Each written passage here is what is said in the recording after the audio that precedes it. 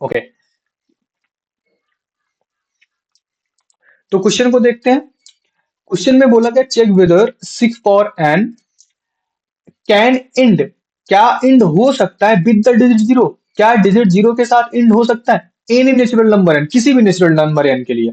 तो सबसे पहले ध्यान दो, 6 की पावर n है, तो 6 की पावर n को हमें ध्यान देना, अगर ब्रेक करते हैं तो कौन किस किस फॉर्म में टूट सकता है, 2 into 3 के फॉर्म में टूटेगा बस, है कि नहीं। और जब ये टू इंटू थ्री के फॉर्म में टूटेगा, हम पहले ही पढ़ चुके हैं कि 2 and 5 का होना मस्ट है किसी नंबर के यूनिट पर जीरो लाने के लिए। मतलब उसके फैक्टर में ये दो प्राइम जरूर होने चाहिए अगर उसके यूनिट पे जीरो लाना है तो। क्लियर ना। तो 6 पावर n, अब बोला गया फॉर एनी n, मतलब 6 की पावर n का मतलब n कोई भी n हो सकता है, 1 2 3 4 5 6 7 सो ऑन, कुछ भी लगा दे भाई, क्या फर्क पड़ना है। हम लिख देते 6 की पावर 2, 6 की पावर 3, 6 की पावर 4, 6 की पावर 5, ये क्या होगा 36 आएगा। फिर से, अब ध्यान से देखो, इसका यूनिट डिजिट 6 है। थोड़ा सा और एक्सप्लेन करते हैं। 6 पावर 2 का मतलब 6 into 6, 6 की पावर 3 का मतलब 6 into 6 into 6, 6 पावर 4 का मतलब 6 into 6 into 6 into 6, और कुछ इस तरह 6 into 6 into 6 into 6 into 6, इतना हुआ। अब ध्यान से देखो, 6 को 6 के साथ मल्टीप्लाई किया, कितना हो गया 36 हो गया। इधर दूसरे पे देखो, अगर इन दोनों नंबर को मल्टीप्लाई करें तो क्या बनेगा 36, है ना। अभी इस वाले 6 से हम मल्टीप्लाई करेंगे, तो ध्यान से देखो, सबसे पहले यूनिट डिजिट का ही मल्टीप्लाई होता है, तो 6 का 6 से मल्टीप्लाई करो, फिर से यूनिट डिजिट 6 ही मिल जाएगा कि नहीं मिल जाएगा, मिल जाएगा। यहां पर देखो, दैट मीन्स अगर हम तीन नंबर को मल्टीप्लाई किए हैं, थ्री टाइम्स 6 को मल्टीप्लाई किए, तो यूनिट डिजिट कौन मिला 6 मिला। तो मतलब इन तीन डिजिट को मल्टीप्लाई करने के बाद यूनिट डिजिट हमको क्या मिलेगा 6 मिलेगा, यहाँ पे कुछ भी हो। और फिर 6 से मल्टीप्लाई करोगे तो फिर से यूनिट डिजिट 6 ही मिलने वाला, है ना। मतलब 4 बार 6 को अगर आपस में मल्टीप्लाई करेंगे तब भी यूनिट डिजिट 6 मिलेगा। दैट मीन्स यहाँ पे जहां तक 4 टाइम है, इनका यूनिट डिजिट क्या आएगा, इसके पहले क्या आ रहा है नहीं मालूम, लेकिन यूनिट डिजिट 6 हो रहा है कि नहीं हो रहा है, क्योंकि हमको सारा गेम किसके लिए काम करना है, यूनिट डिजिट 1 के लिए, जीरो के लिए काम करना है, इन डिजिट पे काम करना है। अब इसको 6 से फिर मल्टीप्लाई, फिर से यूनिट डिजिट 6 बनेगा कि नहीं बनेगा, बन रहा है। तो दैट मीन्स ऐसी सिचुएशन यहाँ पे है कि हमारा यूनिट डिजिट जीरो तो आने वाला नहीं है। रीजन क्या है, हम पहले ही बता चुके हैं इस तरह के 4 पावर n के फॉर्म में कि हमको कम से कम 5 और 2, एट लीस्ट 1 5 और 2 चाहिए हमको यूनिट डिजिट पे जीरो लाने के लिए। तो इसको क्या लिखेंगे, इसका सोल्यूशन लिख दे रहे हैं, if any number end with digit zero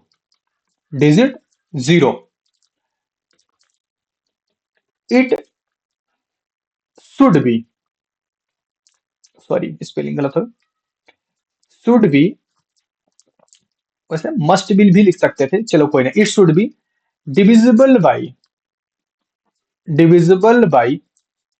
10, और इन अदर वर्ड अगर हमको अनदर वर्ड में बोले, it will also divisible by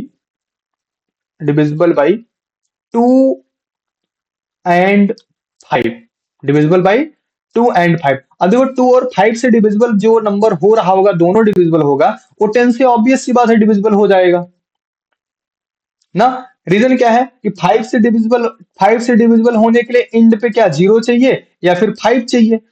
अब देखो, जिसके जिसके यूनिट पे 5 आएगा वो 2 से डिवाइड होगा ही नहीं, इसका मतलब सिर्फ जीरो वाला ही क्या होगा डिवाइड होगा 5 से। बात समझ में आ रही है। अगर 5 से डिवाइड होने के लिए क्या सिचुएशन है, हमने डिविजिबिलिटी रूल पढ़ाया था, या तो यूनिट पे जीरो हो या तो 5 हो, दोनों में से एक नंबर होना चाहिए। अब यहाँ पे बोला गया number should be will be divisible by 2 and 5, मतलब 2 से भी डिवाइड हो और 5 से भी डिवाइड हो। और 2 से डिवाइड होने के लिए तो यूनिट पे मस्ट है कि 0 ही होना चाहिए, 5 होगा तो 2 से नहीं डिवाइड होगा। और जब 5 होगा 2 से डिवाइड नहीं होगा तो हमारा ये कहना फेल हो जाएगा, मतलब 5 वाला नंबर तो यहां से स्किप हो गया। तो यूनिट डिजिट पे 0 वाला नंबर कौन होगा? इसका मतलब जब 2 और 5 से डिवाइड होगा तो 10 से सिंपल सी बात डिवाइड हो जाएगा, है कि नहीं? तो वही चीज मैंने ऊपर लिखा है, it should B divisible by 10, और इन अदर वर्ड अगर बोले it will also divisible by 2 and 5। अब प्राइम फैक्टराइजेशन कर लेते हैं, किसका? 6 की पावर n का। हाँ बिल्कुल बता सकते हैं भाई, क्या दिक्कत है? देखो 5 से डिविजिबल होने के लिए हमको क्या चाहिए? यूनिट यूनिट डिजिट क्या चाहिए? यूनिट डिजिट हमको 0 और 5 चाहिए, दोनों में से कोई एक चाहिए। ठीक है, अब हमारा यहां पे जो हमने स्टेटमेंट लिखा, it will also divisible by 2 and 5, मतलब 2 से भी डिविजिबल हो एंड 5 से भी डिविजिबल, दोनों से डिविजिबल होना चाहिए। अब ध्यान से समझो, जिसके यूनिट डिजिट पे 5 होगा वो तो 5 से डिवाइड हो जाएगा, लेकिन क्या वो नंबर 2 से डिवाइड हो सकता है? नहीं हो सकता। नहीं हो सकता सर। और जब 5 2 से डिवाइड नहीं हो सकता, तो जिसके यूनिट डिजिट पे 5 आ रहा होगा ऐसा नंबर हमको मिलने वाला ही नहीं है। यस अब सर। दूसरा दूसरा चांस बचता है जिसके यूनिट डिजिट पे 0 हो, और जब यूनिट डिजिट पे 0 आ जाएगा तो वो 2 से भी डिवाइड होगा और 5 से भी डिवाइड होगा। Okay sir. ठीक है, और 2 से भी डिवाइड है, 5 से डिवाइड है, और जिसके यूनिट डिजिट पे 0 आता है वो 10 से भी डिवाइड होता है यस सर। Yes sir. ना, और 10 से डिवाइड होता है, और 10 का प्राइम फैक्टर 2 इंटू 5 होता भी है। यस समझ में सर। आया कि नहीं आया? हाँ तो हाँ। इस वजह से हम किसको कंटेंट ले पाएंगे? सिर्फ 0 वाले नंबर को ही ले पाएंगे। क्लियर है? Yes sir. ठीक है, प्राइम फैक्टर करते हैं हम। प्राइम फैक्टर, प्राइम फैक्टराइजेशन करते हैं। प्राइम फैक्टराइजेशन ऑफ 6 की पावर n, 6 पावर n का अगर प्राइम फैक्टराइजेशन करेंगे तो क्या 6 को 2 इंटू 3 लिख सकते हैं प्राइम में, इसका होल पावर n लगा दिया। अब देखो 2 तो मिल गया यहाँ पे, 2 तो मिल गया, बट 5 हमको नहीं मिला। तो सिंपल सी बात है, हम लिख देंगे it can be, can be observe that, observe that 5 is not, 5 is not in the prime factorization of, prime factorization of 6 की पावर n। 5 क्या है? 6 पावर n के प्राइम फैक्टराइजेशन में नहीं है, और जब प्राइम फैक्टराइजेशन 5 जो है 6 पावर n के प्राइम फैक्टराइजेशन में नहीं है, तो सिंपल से लॉजिक है कि क्या इसको डिवाइड नहीं कर पाएगा। Clear? Hence, yes sir. Hence क्या लिखेंगे? For any value, for any value of N, यानी कि कोई भी वैल्यू ले लो आप, 1 2 3 4 5 6 7 8 9 समथिंग, कुछ भी ले लो, for any value of N, यानी कि किसी भी वैल्यू के लिए 6 की power n will not be, will not be divisible by 5, divisible by 5। 5, ये 5 से डिविजिबल नहीं होगा। और जब ये 5 से डिविजिबल नहीं होगा तो सिंपल सा लॉजिक है कि therefore, therefore 6 power n can not end with, can not end with, क्योंकि इंड ही पूछा गया, इंड विथ क्या हो जाएगा? डिजिट 0 पूछा गया था ना, digit 0, can not end with digit 0 for any natural number, for okay sir. Any natural number. अच्छा, जो मैंने लिखा है ये आप लोग अपने नोट्स में जब बनाने लगो तो मेरी राइटिंग समझ पाओगे? थोड़ा फास्ट लिखने के चक्कर में ऐसा हो रहा है, बाकी अच्छा भी लिखा जा सकता है। राइटिंग समझने में कोई दिक्कत तो नहीं होगी? हाँ। हाँ, वो तो ठीक है, पूछ लोगे, बट वन टाइम में अगर समझ में आ जाए ज्यादा अच्छा, नहीं तो हम थोड़ा सा स्लो लिखें। रीजन क्या है, स्लो लिखने पे क्या पेन टैब होता है, तो पेन टैब इस पेपर के रिस्पेक्ट में स्पीड ज्यादा करता है। ना, तो पेपर पे पेन थोड़ा रुक के चलती है। पेन टैब पे क्या था, प्लेन सरफेस होता है और प्लास्टिक निब होती है इसकी, तो स्किड ज्यादा करती है, इस वजह से हाँ थोड़ा तेजी से चल जाता है ये। हाँ। हाँ, ठीक है, चलो, जब समझ में आ रहा है तो कोई बात नहीं। हाँ बोलो। हाँ,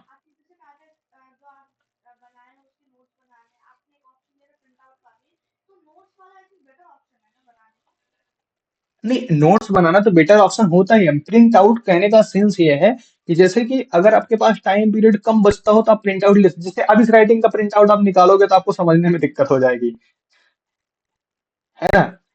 तो कोशिश करो कि आप मैक्सिमम चीजें नोट डाउन करो, अपनी राइटिंग में लिखो, उससे क्या होगा, रिवाइज भी हो जाएगा, याद भी हो जाएगा।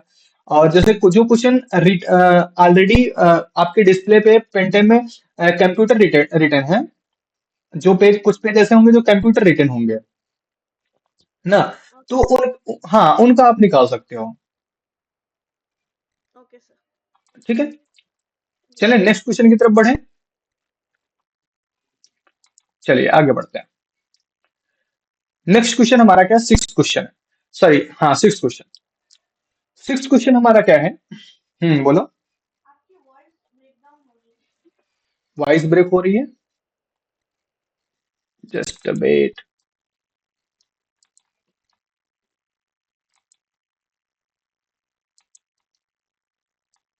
Now clear. Yes sir. Okay, चलो देखते हैं नेक्स्ट क्वेश्चन। क्या बोला गया है, एक्सप्लेन वाई 7 into 11 into 13 ध्यान से देखना, ये मिस्टेक हम लोग हमेशा कर देते हैं कि एक फ्लो में पढ़ते चले जाते हैं, अब प्लस को भी मल्टीप्लाई दे सो कर बैठते हैं। क्या बोला गया, explain 7 into 11 into 13 plus 13 and 7 into 6 into 5 into 4 into 3 into 2 into 1 plus 5 are composite number. दो के दोनों क्या है, कंपोजिट नंबर है। क्यों, वाई। अब कंपोजिट नंबर होने की कंडीशन क्या है, उनका क्या हो, वन से डिविजिबल हो, सेल्फ से डिविजिबल हो, एटलीस्ट किसी अनदर से डिविजिबल हो जाए, यस सर, और अदर फैक्टर से डिविजिबल हो सर। अदर फैक्टर से डिविजिबल हो जाए। अब ध्यान से देखो, बहुत इजी तरीका है, इसको समझने का बहुत सिंपल वे है। अब इसको हम, एक क्वेश्चन हमको कंफ्यूज सिर्फ कर रहा है। अगर समझो आप 7 into 11 into 13 plus 13 दे दिया, इन्होंने क्या से 7 into 6 into 5 into 4 into 3 into 2 into 1 plus 5 दे दिया, ये नंबर हमको दे दिया गया। अब ध्यान से थोड़ा सा कंसंट्रेट होते हैं हम इस वाले क्वेश्चन पे, इस वाले पार्ट को समझो। इस वाले पार्ट में हमको क्या दिया गया, अगर हम इतने पार्ट में से, इन पूरे पार्ट में से 13 को कॉमन ले लें, 13 को क्या करें, कॉमन। अब कॉमन क्यों ले रहे हैं, टर्म जानते हो, term, what is term, term समझते हो, हाँ सर, टर्म समझते। टर्म्स क्या होते हैं। सर टर्म वो आपका जैसे 13 एक टर्म है, आप ले लो तो। हाँ,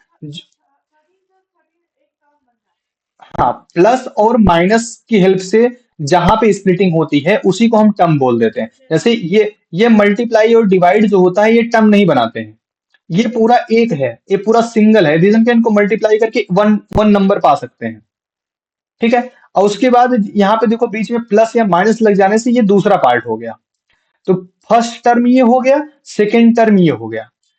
अब जब हमारे पास अलग अलग टर्म में कोई सेम चीज कॉमन होती है तो हम वो क्या करते हैं, कॉमन निकाल लेते हैं।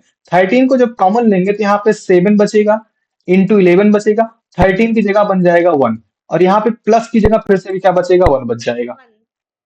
समझ में आया। Yes sir.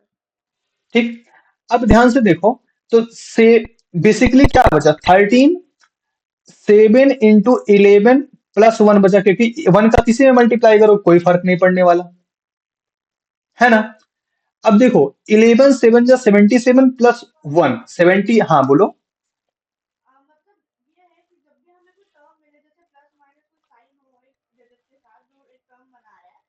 हाँ, हाँ कॉमन आप ले सकते हो, सेम नंबर है तो कॉमन ले। देखो 13 दोनों में था, एक पहले टर्म में एक 13 था, दूसरे टर्म में 13 था। मैंने 13 ही कॉमन ले लिया। जब पूरा नंबर ही कॉमन ले लेते तो हर नंबर को 1 इंटू समथिंग लिखा गया, जैसे 1 इंटू 13 लिखा जाता, जैसे हमने लिखा 5, तो 5 बेसिकली कई चीज रिप्रेजेंट करता। पहली बात तो ये प्लस लेके बैठा होता हमेशा। दूसरा, ये अपने साथ 1 का इंटू करके बैठा होता हमेशा। ठीक है, कुछ चीजें ये लिखी नहीं जाती, हिडन होती हैं। और सर, अगर हम लोग चाहें तो जैसे कोई और भी कॉमन, अगर दो नंबर जैसे सेम है उनको क्या ऐसा कॉमन ले सकते हैं? हाँ बिल्कुल, देखो जैसे यहाँ पे सपोज दैट यहाँ पे मान लो होता 7 ना, तब हम यहाँ पे 7 इंटू 13 पूरा कॉमन ले लेते हैं। ओके सर, समझ गए। समझ गए ना? क्लियर? तो 7 यहाँ से हटाते हैं क्योंकि अपने क्वेश्चन के हिसाब से चलते हैं। अब देखो 11 7 जा 77 हो जाएगा, +1 क्या हो जाएगा 78, मतलब 13 इंटू 78 हो गया। और 13 इंटू 78, अब ध्यान से समझो, 13 इंटू 78 और 13 इंटू, अब यहाँ पे इसको हम क्या लिख सकते हैं, 13 इंटू 6, क्योंकि 13 6 जा 78 होता है कि नहीं होता है? Yes sir. अब देखो इसके पास क्या क्या मिल गया। पहला फैक्टर तो 13 मिल गया, दूसरा फैक्टर 6 मिल गया, 6 को 2 डिवाइड कर सकता है, 3 डिवाइड कर सकता है, बहुत सारे फैक्टर मिल गए ना? तो कंपोजिट हो गया कि नहीं हो गया? हाँ हो गया सर। हाँ बोलो। ये पार्ट उतना समझ नहीं आया कि जब 13 इंटू 78 हुआ तो आपने 13 इंटू 13 इंटू 6 सिंप्लीफाई कर दिया उसको। कुछ नहीं, 78 जो था, इसको हमने ब्रेक कर दिया 13 इंटू 6 में। Yes sir. 13 इंटू 6 में जब कन्वर्ट कर दिया, देखो 13 का टेबल 6 टाइम रीड करो 78 आएगा, तो हम 78 ना लिख के 13 इंटू 6 लिख देते हैं। हाँ सर, तो सर ये क्या हमारे है? क्वेश्चन में कटना पड़ेगा। देखो जहां हमको क्या, हमको चाहिए क्या, फैक्टर चाहिए ना, एक कम से कम एक नंबर ऐसा मिल जाए जो हमको ये बता दे कि ये भाई कंपोजिट है। यस वो जरूरी नहीं हम बहुत सारे नंबर को करें, हम कोई भी एक नंबर खोज सकते हैं, कोई ऐसे नंबर को पकड़ लें जिससे हमारा काम आसान हो जाए बस, क्योंकि हमको खाली एटलीस्ट वन, एटलीस्ट कम से कम एक अनदर नंबर चाहिए, हमको बहुत सारा नहीं चाहिए। जब हमको एटलीस्ट वन चाहिए तो हमने एक नंबर खोज लिया, कौन, 13 इंटू 6। हमको 6, देखो 13 तो प्राइम था, यहाँ पे देखो 7 भी प्राइम, 11 भी प्राइम, 13 भी प्राइम, और +13 ये खुद प्राइम ना। तो अब इस सभी प्राइम से एक नंबर हमको मिल गया कंपोजिट, और जब कंपोजिट का मल्टीप्लाई है तो ऐसे बेसिकली कंपोजिट हो गया ये। समझ में आई बात की नहीं आई? हाँ सर, ये ठीक, आया। डन। अगले की बात करते हैं। अब यहाँ पे देखो, यहाँ पे +5 ऐड हुआ, तो मतलब 5 इसमें भी है और एक टर्म ये पूरा यहाँ तक है, तो 5 दोनों में कॉमन है। जब 5 दोनों में कॉमन है तो हमने 5 कॉमन निकाल लिया, कितना बचा, 7 इंटू 6 इंटू 4 इंटू 3 इंटू 2 +1, यही बचेगा, राइट?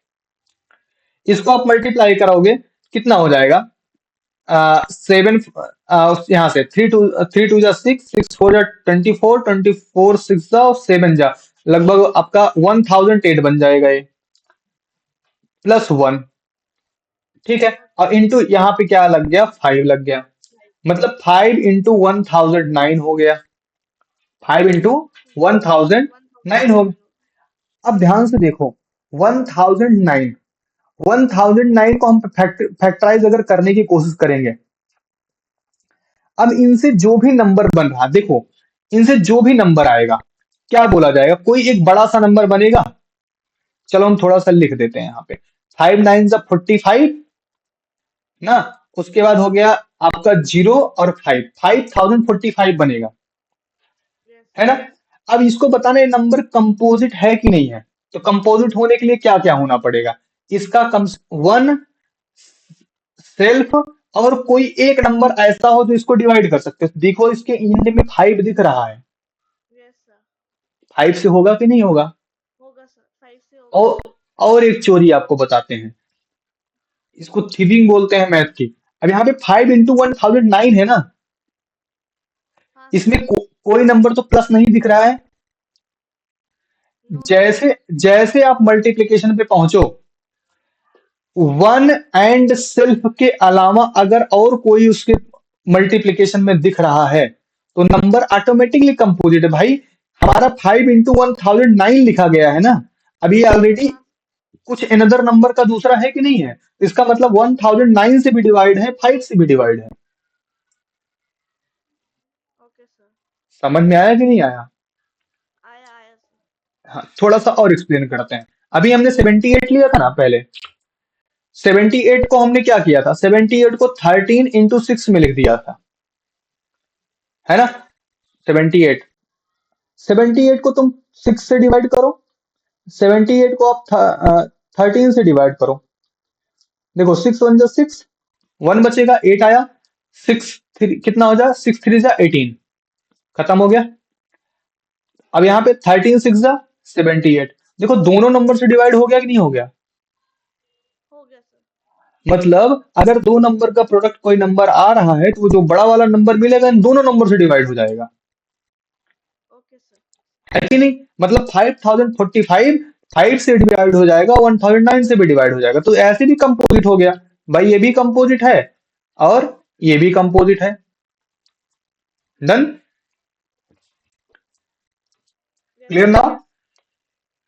चलें आगे बढ़े। Yes sir. हाँ सर। चलिए नेक्स्ट क्वेश्चन हमारा क्या है। नेक्स्ट क्वेश्चन क्या है, there is a circular path around the sport field. एक स्पोर्ट फील्ड है, उस सर्कुलर पाथ को कवर करती है। Sonika take 18 minute to drive one round of the field. कितना लेती है, 18 मिनट लेती है। ध्यान से देखना, 18। एक राउंड लगाने का 18 मिनट लेती है। इसको हम अभी से प्राइम फैक्टर कर लेते हैं। 2 into 2, सॉरी 2 into 2 नहीं होगा, 2 into 3 into 3 हो जाएगा। सही है, yes prime sir. Factor, prime factorization करना है।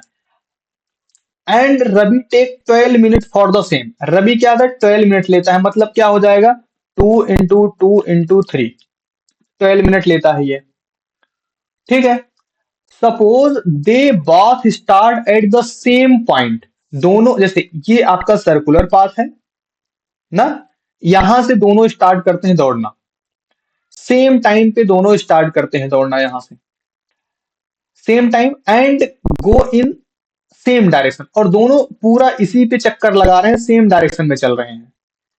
ठीक है, after how many minute will they meet again at the starting point. ये कितने मिनट के बाद दोनों अपने इस स्टार्टिंग पॉइंट पे मिलेंगे। अब ध्यान से देखो, ऐसे ऑब्जर्व करना, एक एक आदमी ऐसा है जो 18 मिनट में एक चक्कर पूरा कर ले रहा है, एक आदमी 12 मिनट में पूरा कर पा रहा है। मतलब जो 18 मिनट वाला होगा, इस, चलो हम इसको 12 मिनट बता देते हैं, इसको 18 मिनट बता देते हैं, है ना।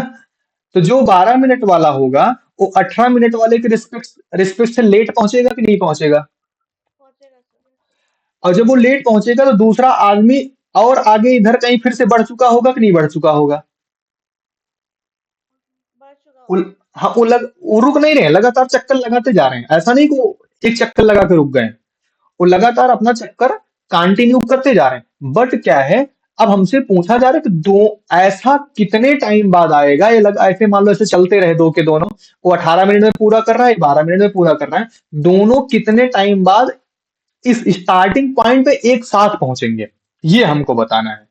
अब देखो, हमको यहाँ पे क्या बताना होता है, यहाँ पे कम से कम टाइम बताया जाएगा या ज्यादा से ज्यादा टाइम बताया जाएगा। कम से कम सर।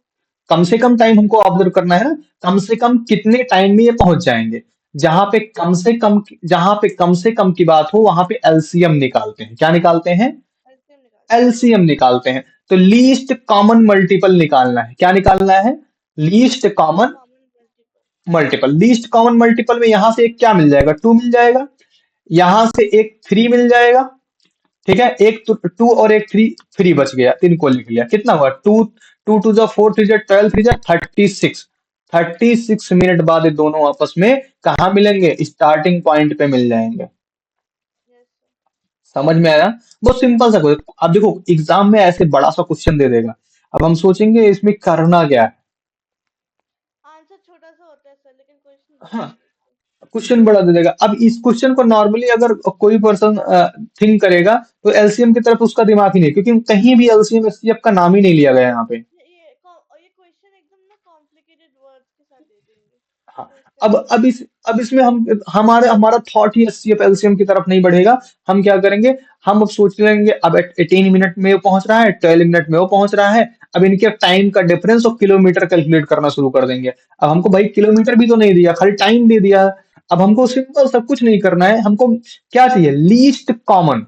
मतलब हमको कॉमन पॉइंट दे दिया गया है और हमको कम से कम समय चाहिए। कम से कम समय, अब कितना समय होगा जिसमें दोनों मिल जाएंगे। तो जब कम से कम की बात आए, लीस्ट की बात आए, तो वहां पे हमको क्या बताना है, एलसीएम निकालना है। जहां पे बोला जाए मैक्सिमम हाईएस्ट, इन सारी चीजों की बात आए, वहां पे हमको क्या निकालना है, HCF। एचसीएफ निकालना है। क्लियर बातें? Yes sir. डन। चलिए आगे बढ़ते हैं। अगला क्वेश्चन। अगला क्वेश्चन हमारा क्या है, सिंपल सा क्वेश्चन है। ये शायद आपकी एक्सरसाइज का क्वेश्चन नहीं है, बोर्ड का आया हुआ क्वेश्चन है। ध्यान से देखो। अ पोलिसमैन एट, सर ये एक्सरसाइज बुक में नहीं है। हाँ, the policeman at three different places on the ground blow a whistle after 42 seconds, 60 seconds and 78 seconds. हाँ, एक बार पहले मैं रीड कर लूं, फिर आप दोबारा रीड करके समझा देंगे। ठीक ठीक, रीड कर लो फटाफट।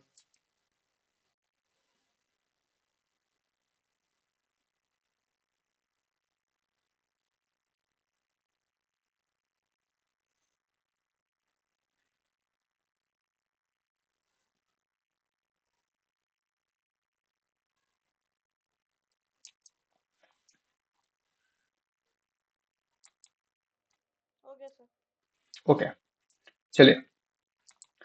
क्या बोला गया, a policeman at three different places on the ground blow the whistle after the 42 seconds, 60 seconds or 78 seconds respectively, if they all blow the whistle simultaneously at the 9:30 whistle simultaneously 9:30 hour, then at what time do they whistle again together? अब यहाँ पे फिर से हमको क्या चाहिए, कम से कम time चाहिए ना, यस सर। क्योंकि हमसे सीधा then at what time do they whistle again together, और फिर से कब बजाएंगे, एक साथ कब बजाएंगे। तो हमको कम से कम टाइम, जो सबसे पहले एक बार होने वाला टाइम होगा उसी के बारे में बात कर रहे हैं ना। Yes sir. तो दैट मीन्स हमको क्या फाइंड कर लेना है, 42, 60 और 78 का क्या फाइंड कर लेना है, एलसीएम फाइंड। सॉल्व कर लोगे, सॉल्व करना पड़ेगा, मैं सॉल्व कर लेंगे सर। कर लोगे। अगर नहीं आएगा तो एज ए होमवर्क समझो अभी इसको। अगर नहीं नहीं आता तो आप हमसे फिर से पूछ सकते हो, ठीक है। सर आपको सॉल्व करके दिखा रहे हैं, शो कर देंगे। ओके, नेक्स्ट क्वेश्चन में यहाँ पे क्या बोला, फाइंड द लीस्ट नंबर। यहाँ पे देखो लीस्ट नंबर बोल दिया गया ना, find the least number which when divided bye 6, 7, 8, जिसको हम किससे डिवाइड कर सकें, 6, 7, 8 से डिवाइड कर सकें। लीव अ रिमाइंडर ऑफ 3, और क्या दे, रिमाइंडर हमेशा क्या दे दे, 3 दे दे। But when divided by 9 leave no remainder, but इसको जब 9 से डिवाइड करें ये कोई भी रिमाइंडर ना दे। अब ध्यान से समझो, 9 से जब डिवाइड करें तो हमारे पास कोई रिमाइंडर ना बचे, ठीक है। बट जब हम इसको क्या करें, 6, 7, 8 से डिवाइड करें तो 3 रिमाइंडर दे दे, तो क्या करोगे आप, कौन सा नंबर पूछा गया, लीस्ट नंबर पूछा गया। तो एलसीएम सबसे सर, पहले, एलसीएम। हाँ, तो हमको क्या निकाल लेना है, एलसीएम निकाल लेना है। तो एलसीएम 6, 7 और 8 का एलसीएम निकालो। 6, 7, 8 का एलसीएम आपको क्या मिलेगा, देखो दो तरीके इसको सॉल्व करने के। एक तो 6, 7, 8 इस तरह से लिख लो, है ना। तो ऐसे यस सिंपली 2 3 जा 7 नहीं डिवाइड हुआ, 4 जा कर दिया। फिर से 3 नहीं डिवाइड हुआ, 7 नहीं डिवाइड हुआ, 4 डिवाइड हो गया। फिर 2 से 4 डिवाइड, सॉरी यहाँ पे 2 आएगा। 3 और 7 नहीं डिवाइड हुआ, 2 1 जा हो गया, ठीक है। अब यहाँ पे 3 से डिवाइड हो जाएगा, 7 बच गया, 1 1 बच गया, और यहाँ पे 7 हो गया। तो दैट मीन्स कितना हुआ, 2 इंटू 2 इंटू 2 इंटू 3 इंटू 7, कितना हुआ, 2 2 जा 4 2 जा 8, 8 3 जा 24 इंटू 7, क्या हो जाएगा, 7 4 जा 28, ठीक, 7 2 जा 14 2 16, 168 हो गया। ठीक है, ओके सर। 168 आपका क्या मिल गया, एलसीएम मिल गया। ये 168 क्या है, 6 7 8 तीनों से डिवाइड है। 6 7 8 क्या है, तीनों से डिवाइड है। लेकिन बोला गया 6 7 8 लीव अ रिमाइंडर ऑफ 3। ये क्या हो, हमेशा रिमाइंडर 3 दे। हमको क्या मिले, रिमाइंडर 3 मिले, तो मतलब इसमें अगर हम 3 ऐड कर दे तो सब रिमाइंडर 3 दे देंगे, नहीं दे देंगे, तो 171 बनेगा। Yes sir. समझ में आ रहा है। हाँ जैसे सर। 168 को डिवाइड करोगे, 6 से डिवाइड करो, 6 2 जा 12, 4 हो गया, 48 बटेगा, 6 8 जा, 7 से डिवाइड करोगे, 7 2 जा 14, और 7 4 जा 28, 8 से डिवाइड करो, 8 2 जा 16, 8 1 जा। अब यहाँ पे डिवाइड, अगर यहाँ पे 3 एक्स्ट्रा ऐड कर दिया, 171 हो गया, तो हर कोई रिमाइंडर 3 छोड़ देगा। Yes sir. ठीक है, लेकिन बोला गया बट व्हेन डिवाइडेड बाय 9, लेकिन जब इनको 9 से डिवाइड किया जाए, लीव नो रिमाइंडर। अगर इनको किससे डिवाइड किया जाए, 9 से डिवाइड किया जाए, तो इन कोई भी रिमाइंडर ना बचे। तो अब इसके लिए 9 के लिए क्या करना पड़ेगा हमको, सोच के बताओ, 1 मिनट का टाइम देते हैं आपको। सर -9 करना पड़ेगा। -9 कहाँ करोगे, 9 से डिवाइड करने पे बोल रहा है कोई रिमाइंडर नहीं होना चाहिए। अच्छा। हम्म।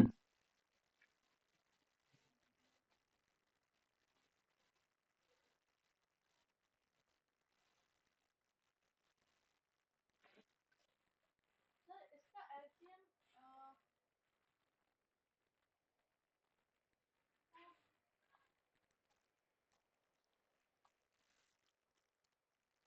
कुछ नहीं करना भाई, ध्यान से देखो, क्या हुआ, 171 आया, यस सर।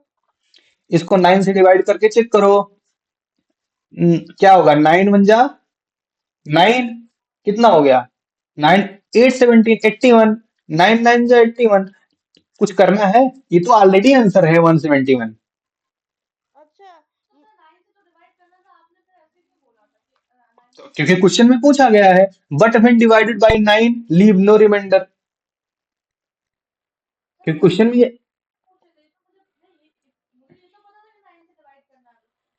हाँ, अब देखो क्या बोला है, क्वेश्चन को बहुत ध्यान से देखना है आपको। यही तो कंफ्यूजन है कि आप इसके इसके पीछे आप सॉल्व करने लग जाओगे, खोजते रह जाओगे, एग्जाम में टाइम लॉस होगा।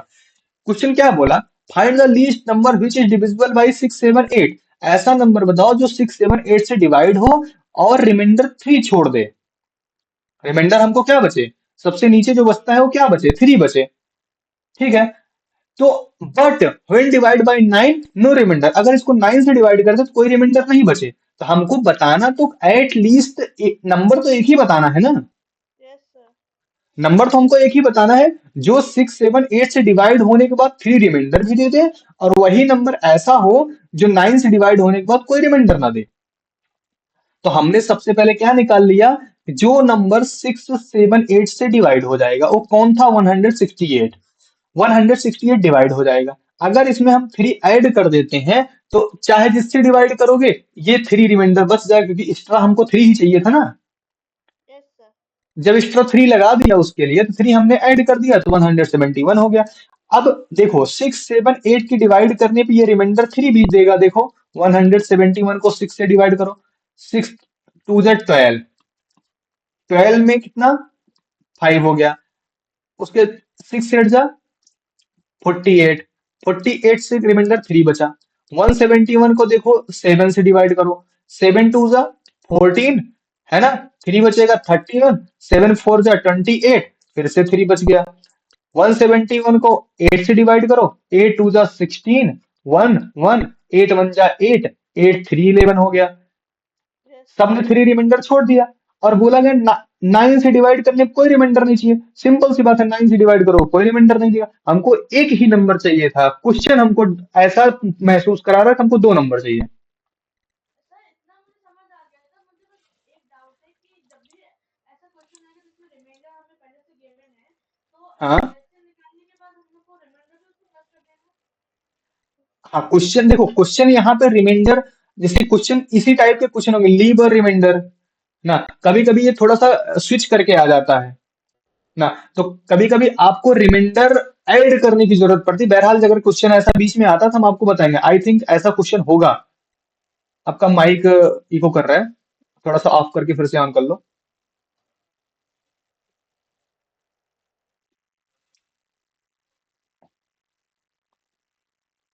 ओके, तो अगर इस तरह का कोई भी क्वेश्चन आता है तो हम बताएंगे। बट ये रिमाइंडर, लीव और रिमाइंडर वाली सिचुएशन जब होगी तो आपको क्या करना है, ऐड ही करना है।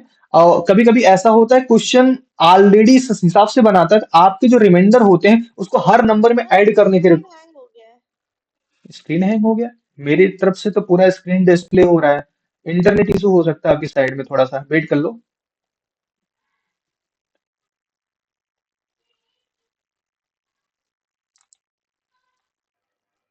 सर हो गया। ठीक है। हो गया? हाँ। हाँ, मेरी तरफ से कंप्लीट चल रहा है। रीजन क्या है, यहाँ से पूरा थ्रू आउट है क्योंकि यहाँ पे फ्रिक्वेंसी शो होती रहती है।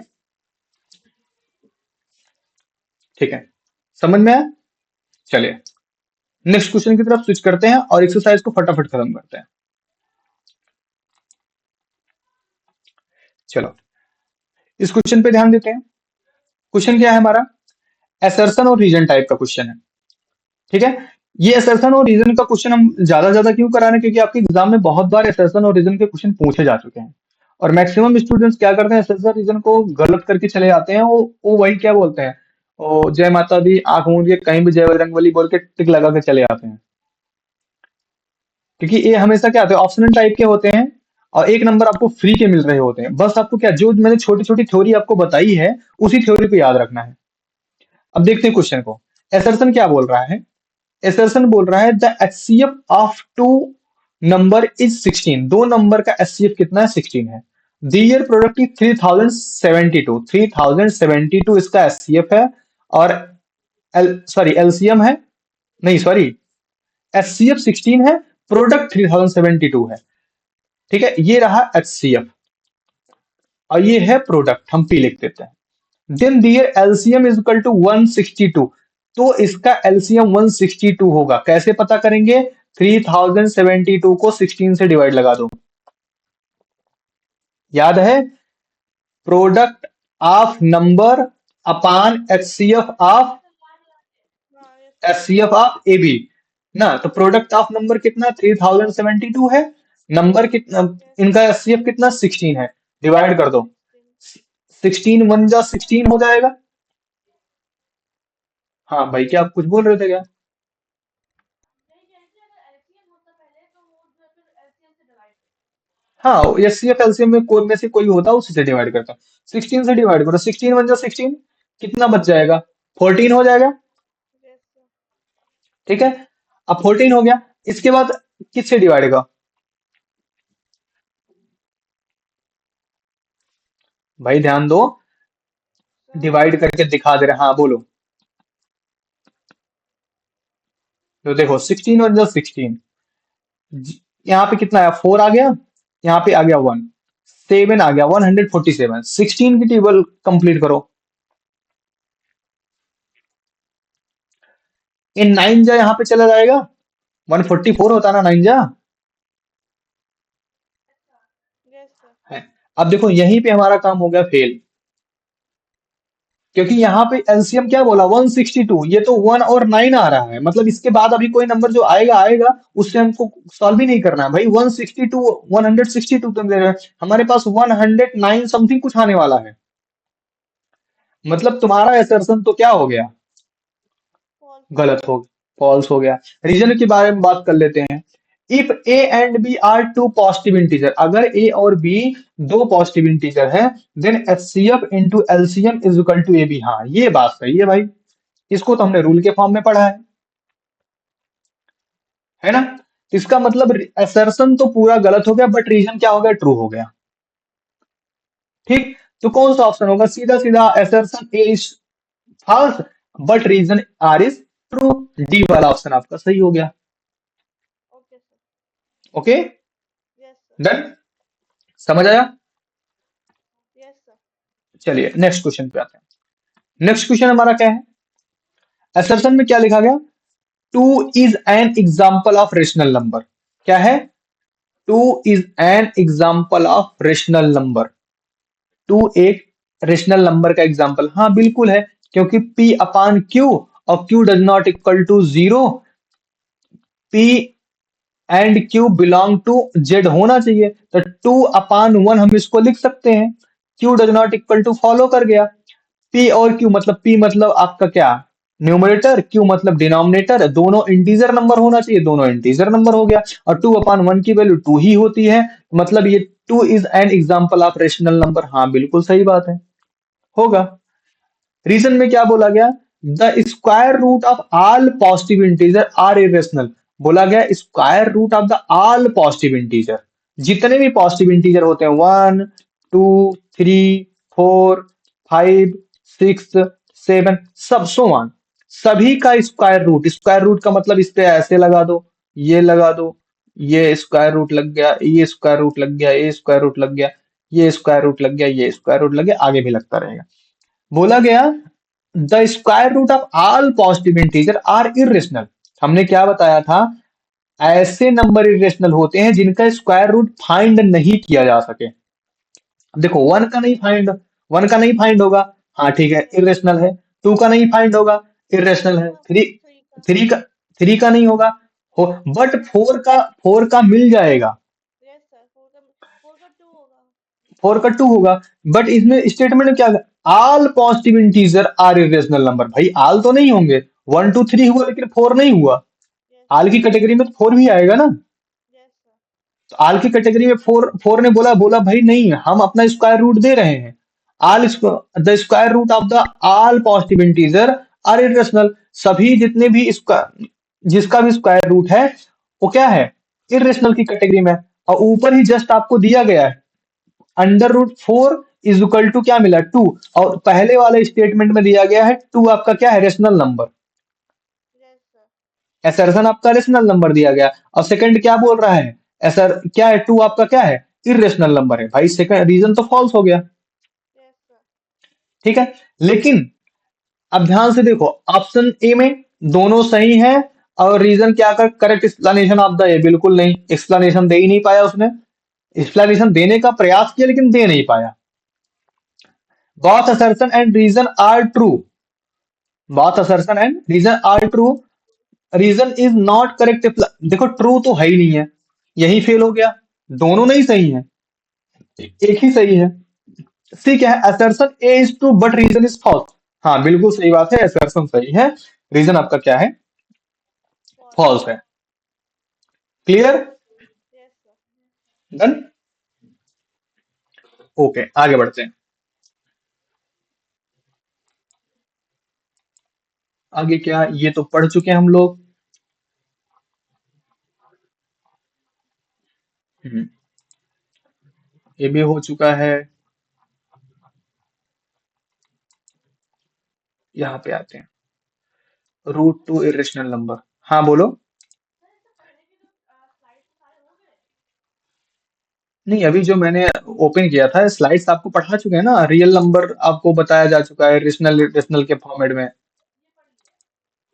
जैसे स्लाइड जैसा इसमें शो हो रहा है ऐसा आपको नहीं पढ़ा, जैसे रेशनल नंबर आपने पढ़ लिया है तो इस स्लाइड पे नहीं पढ़ा था आपने, किसी अदर साइड स्लाइड पे पढ़ा होगा ना। यस। रेशनल नंबर की प्रॉपर्टी हमने, every rational number is expandable either terminating decimal as a repeating decimal. पढ़ लिया है। ये सारी चीजें हम पढ़ा चुके हैं आपको। यहाँ पे देखो, नेक्स्ट स्लाइड में आपको क्या इरेशनल नंबर के बारे में बताया गया विथ फिगर ना। A number is called the irrational number if it can not be. आज आप ये हाँ सेंड करोगे तो ये सारे साइड से सेंड कर देना। हाँ, स्लाइड मिल जाएगी आपको, कोई इशू नहीं है, स्लाइड आपको मिल जाएगी। अब जैसे इसमें अभी एक दो क्वेश्चन आपको पढ़ेंगे जो आपके एक बुक में एग्जांपल्स होंगे। जैसे आपका ये तो थ्योरम्स है, let be the prime number if the divide by A two, ये आप में क्या है, एक आपके थ्योरम है आपकी बुक का, इसको अभी हम समझाएंगे। Two is irrational number, example है आपका। अंडर रूट 3 अंडर, ये सब क्या है आपके एग्जाम्पल्स हैं बुक के। अच्छा, एक्सरसाइज 1 के बाद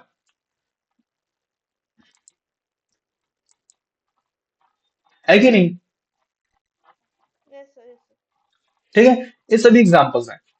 ठीक, तो 1.1 आपका खत्म हुआ, और 1.1 के बेसिस की जितनी भी थ्योरी आपकी थी, 1.1 की बेसिस की जितनी भी थ्योरी थी आपकी लगभग क्या हो गई, कंप्लीट हो गई।